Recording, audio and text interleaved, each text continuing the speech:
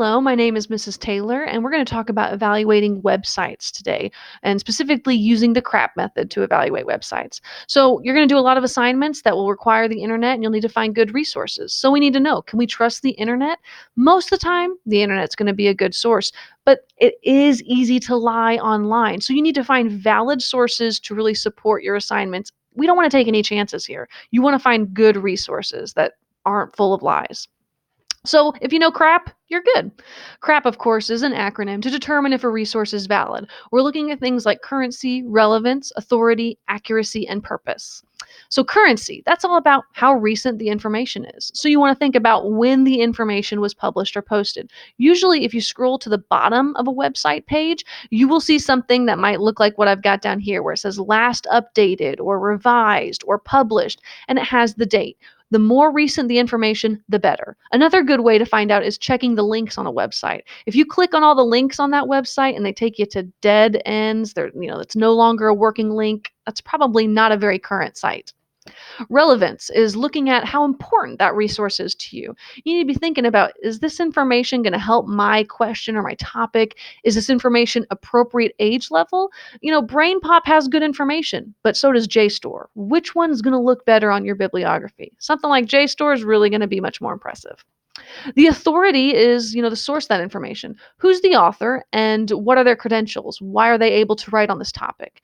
Usually you can look at the URL. .com is a commercial website. Anybody can make those.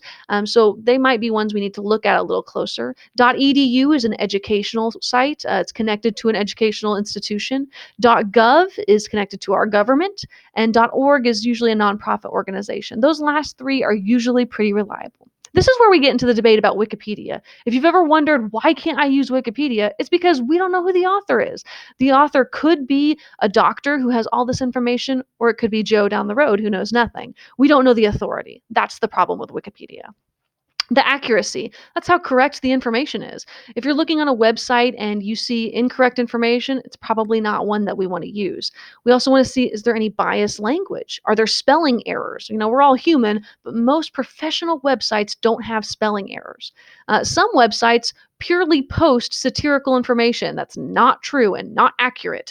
Sources like The Onion, which calls themselves America's finest news source, is full of all these articles that are supposed to be silly and not taken seriously. So please don't take them seriously.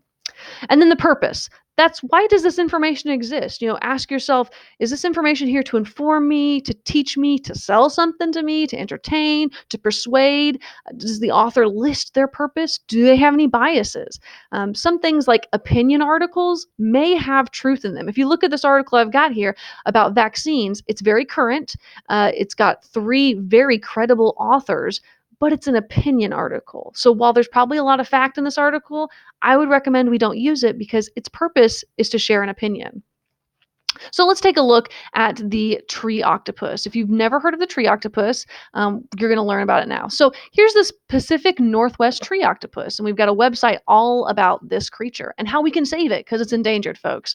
So it looks maybe like a legit, source. It's a .net, which means network. Those can be created by just about anybody as well. We've got images. Let's look at the bottom. The author of this article and its subsections is Lyle Zapato. The site is not associated with any school or educational organization. That's a red flag. Other than the Kelvinick University branch of the Wild Haggis Conservation Society. Folks, I've never heard of Kelvinick University. I've heard of Harvard, I've heard of Princeton, but not Kelvinick. Let's check out this university with a simple Google search. So Kelvinick University doesn't bring up a whole lot of results. If you see, it's a fictional school of thermodynamics. Okay, so this is associated with a fictional school.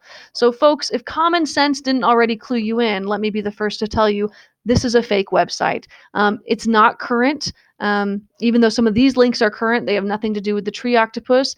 It's not relevant to anything we would be researching. It's not accurate. There's no authority. We don't know who Lyle Zapato is, and its purpose is really just to entertain and to teach people that not all websites are what they seem. So make sure you remember CRAP whenever you're looking for your internet sources, so that way you don't have crap on your bibliography.